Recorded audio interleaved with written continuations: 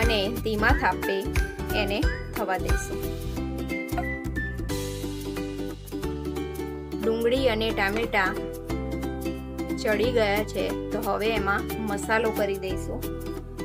1 ચમચી કાશ્મીરી લાલ મરચું પાવડર, અડધી ચમચી રેગ્યુલર મરચું, અડધી ચમચી હળદર, અડધી ચમચી ધાણા જીરું પાવડર, સ્વાદ પ્રમાણે મીઠું.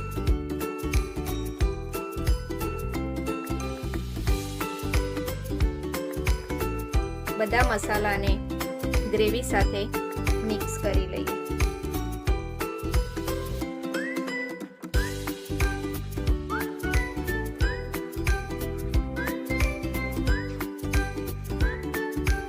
બે મિનિટ માટે ગ્રેવીને થવા દઈશું. સરસ તેલ છૂટું પડી ગયું છે તો એમાં એડ કરીશું જે આપણે વટાણા બાફીને લીધા હતા તે. વટાણાને ગ્રેવી સાથે મિક્સ કરી લઈએ.